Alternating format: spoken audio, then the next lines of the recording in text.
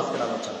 আরেকটি হলো 10 নম্বর আদাবুল হাদিস, কথা বলার শিষ্টাচার শিখালেন যে তুমি যখন মানুষের সামনে কথা বলবা কিভাবে বলবা শোনো। অকদুত মিন সাউতিক, নিচু স্বরে কথা বলবা। বিগাইরি হাজা, যেখানে প্রয়োজন নাই জোরে কথা বলার ওই জায়গায় জোরে কথা বলিও না, স্বাভাবিক অবস্থায় তুমি আস্তে আস্তে কথা বলো। সুবহানাল্লাহ বলবেন। সুবহানাল্লাহ।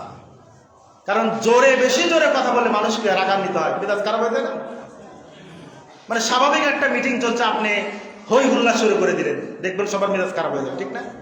এই জন্য আদাবুল হাদিস, কথা কিভাবে বলতে হয় সন্তানকে লোকমান শিখালেন। সন্তান যখন কথা বলবা আস্তে করে বলবা, নিচু স্বরে বলবা।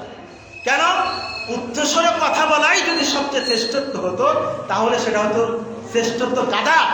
কারণ ইন্না আনকারাল আসওয়াতি লা সাউতুল হামির, সবচেয়ে নিকৃষ্ট আওয়াজ হলো কার আওয়াজ? গাদার আওয়াজ। এই জন্য নবীজি বলেছেন যখনই তোমরা গাদার আওয়াজ শুনবা তখনই শয়তান থেকে আল্লাহ পাকের কাছে আশ্রয় প্রার্থনা করবা। কারণ গাদা যখন আওয়াজ দেয় বিকট আওয়াজ হয়। সন্তানকে নসিহত করলেন 10 নসিহত, যে সর্বশেষ নসিহত করলেন যে কথা যখন বলবা কি করে বলবা? আস্তে নিচু স্বরে কথা বলবা। তাহলে এই নসিহত গুলো আমরা আমাদের সন্তানদেরকে